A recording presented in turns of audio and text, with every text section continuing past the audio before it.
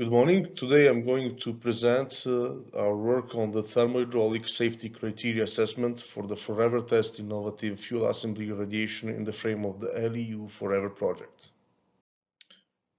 Concerning the outline, first I will talk about the LEU Forever project and the Forever Test. Then I will discuss shortly about the regulatory requirements in the Czech Republic. Then the description of the main transients, and then I will speak about my conclusions. The LEU Forever project and Forever Test. One of the biggest challenges for the European research reactors today is to secure their stable and reliable supply of their nuclear fuel. So, the H2020 Euratom LEU Forever project was started in October 2017, involving a multidisciplinary consortium composed of 9 European stakeholders, including fuel and core designers, operator, research centers, and the fuel manufacturer. So, an irradiation test of the new fuel assembly prototype, designed and manufactured in the frame of the project, is planned and is in fact the so-called Forever Test, which will take place presumably in the next months. Design phase was completed in this moment, such as also the fuel assembly manufacture, after the successful performance of the hydraulic test on the fuel mock-up provided by the manufacturer. It was performed detailed neutronic analysis concerning its behavior in a realistic LVR-15 reactor core irradiation campaign, both by the safety team and the reactor team of the CVR, in fact. And the detailed thermohydraulic analysis of the accidental transients was performed as well as part of the safety report amendment to be submitted to national regulator, which is SUJB in Czech Republic. The regulatory requirements in Czech Republic. So, the postulated initiating events that are taken into consideration include various scenarios, such as reactivity-initiated accidents, loss of operative power, so-called loop, and loss of flow accidents. They are divided, in their turn, in the following 4 categories. Category number 1, which is normal operations and operational transients. Category 2, abnormal operation with relatively high frequency events. Category 3, design basis accidents, which have medium to low frequency. And category 4, design extended conditions, accidents with serious fuel failure and very low frequency. The results of the analysis of individual accidents were assessed against the following specific quantitative acceptability criteria, which are criterion SK1 for category 2 events, so no surface boiling is allowed, and for this this acceptability criterion is met only if the maximum temperature of the wall is lower than 98 degrees Celsius and the onset of nuclear boiling ratio is higher than 1.3. And criterion SK2 for category 3 events if the fuel assembly cladding temperature shall not exceed the temperature of 500 degrees Celsius. Let's come to the description of main transients. In order to increase the safety margins, in our calculations the reactor power was set to 10 megawatt thermal, it is usually operated at 9.7, and the water flow was set to 1,350 cubic meters per hour, which are, respectively, almost 3% higher and 10% less than the values used for the neutronic analysis performed. The hottest IRT-4M, which is the currently used Russian design fuel, 8 tubes, which is the standard fuel, and 6 tubes, which is the control assembly, the power were assumed, respectively, 565 and 514 kilowatts, which is the maximum in the irradiation campaign according to our neutronic simulations. And for the new design fuel, FPFA, so the flat plate fuel assembly, the maximum power that we considered was 506.74 kilowatts.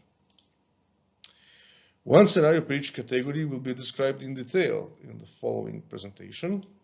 So, the loss of operative power with failure of reactor cooling pump number 1.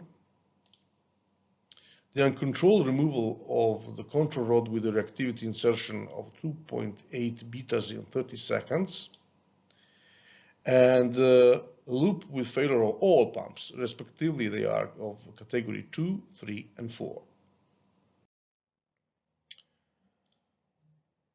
This is the primary circuit simplified scheme.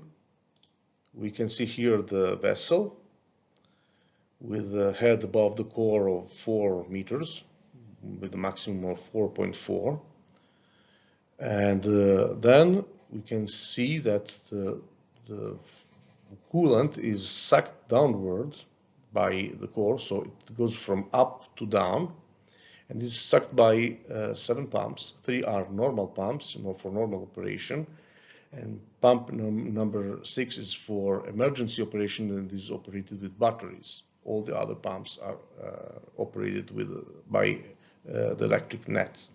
And then, of course, we have 2 heat exchangers operated with, also cooled with the secondary circuit, which dissipates the heat in the river.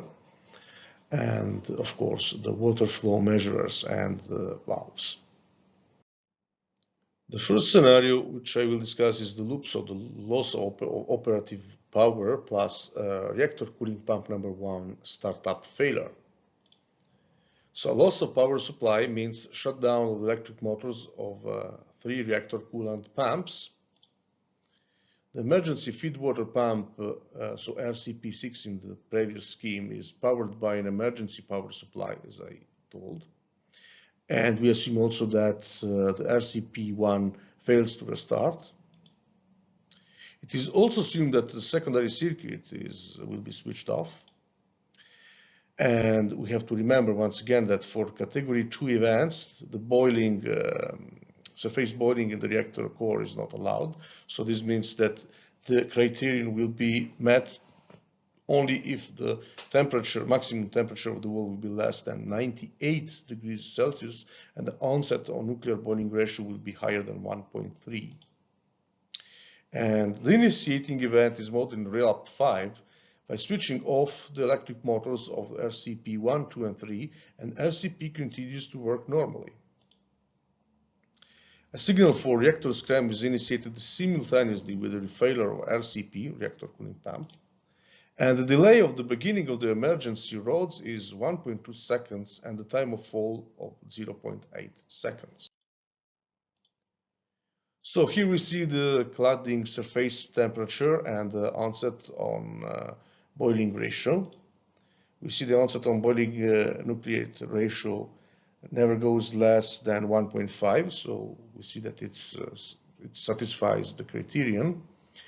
Well, here we see that after the start of the transient, we reach a temperature which is less than 95 degrees, with that one of the FPFA, so the new designed fuel, lower than the Russian one. And then, of course, in a few seconds, precipitating to a value of almost 60 degrees. So we can say, looking at these pictures, that the SK1 criterion is met. Reactivity insertion accident with reactivity insertion of 2.8 betas in 30 seconds, followed by scram. The event consists of uncontrolled extraction of a control rod. We have to say that the simultaneous upward movement of 2 control rods is not possible in a RBR15 reactor by design. The control rod worth is maximum 2.8 betas according to our Newtonic calculations, but it is somehow overestimated for safety reasons. And considering the maximum speed of 20 millimeters per second for 60 centimeters active core length, this means a reactivity insertion, in fact, of 2.8 betas in 30 seconds. The initiating event is modeled in RELAP 5 by activating a table with a positive linear change in reactivity of 2.8 betas in 30 seconds. And once the reactor power reaches 12 megawatt thermal, a chip signal starts the scram. The control rod insertion once again is delayed of 1.2 seconds, and its full insertion takes 0.8 seconds. Here we can see the reactor power share reached a few seconds after the start of the transients, which arrives up to 1.4, the nominal power of the reactor, so almost 14 megawatts. Because you see that the level of 12 megawatts is reached in a couple of seconds after the start of the transient, and then 2 seconds for the fall and full insertion of the control rods, and then it starts to the reduction of the power. What happens to temperatures? Still, we have temperatures which are lower than 110 degrees Celsius. Start of the transient after 5 seconds here, and then after a few seconds it is reached maximum, and here again the new designed fuel assembly FPFA has a lower temperature with respect to currently designed fuel in B4 position of the core, and then the reduction of the power. Specific acceptance criterion SK2 is met because it was based on the fact that the maximum wall temperature should be lower than 500 Celsius degrees, and we are, of course, here much lower than this value. Loop with failure of all the reactor cooling pumps.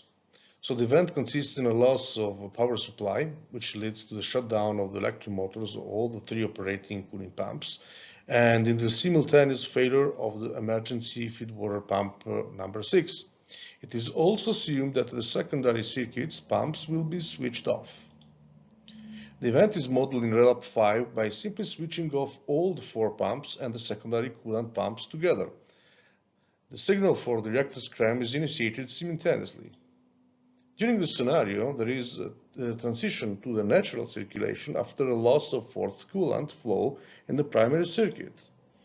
In fact, moreover, the short-term vapor phase occurs during the flow direction reversal, which happens due to the transition to natural circulation. As I mentioned before, LVR-15 is cooled in a normal operation with a downward-oriented flow. Anyway, during the whole accident simulation, the onset of nuclear boiling ratio does not go below 0.8 at any point according to our evaluations. Here we can see the total relative flow rate in the coolant in the discharge lines. It's constant, it's fast decrease in 60 seconds. The onset on boiling, nucleate boiling ratio, which reaches the maximum after 8 seconds, roughly, and then it decreases, but it never goes less than 0.8. And then here we can see the temperatures. Here is the transient, the maximum temperature. Then the scram starts, and then there is here we can see the natural circulation, of course, and the temperatures, which does not exceed 115 degrees Celsius. And this proves that the specific acceptance for the criterion SK is met once again, which takes place when the maximum temperature of the wall is still less than 500 degrees Celsius. Let's come to conclusions. So the project LEU Forever, collecting 9 stakeholders, among which a fuel designer and manufacturer, reactor operator, and research centers, was started in October 2017 with the main aim to secure the nuclear fuel supply to European research reactors. And one of the project's goals was to address the Russian monopoly of fuel manufacturing for the medium-power research reactors. Therefore, new fuel assembly was designed and will be tested soon in Czech reactor LVR-15. After the completion of the design, mock-up testing and manufacturing phase, a detailed thermohydraulic calculation of the accidental transients required by the safety report was performed. The analysis has shown that the new assembly design in the frame of the project can be irradiated in a real reactor campaign safely, and the relevant documentation was submitted to the national regulator in Czech Republic. Thank you for your attention.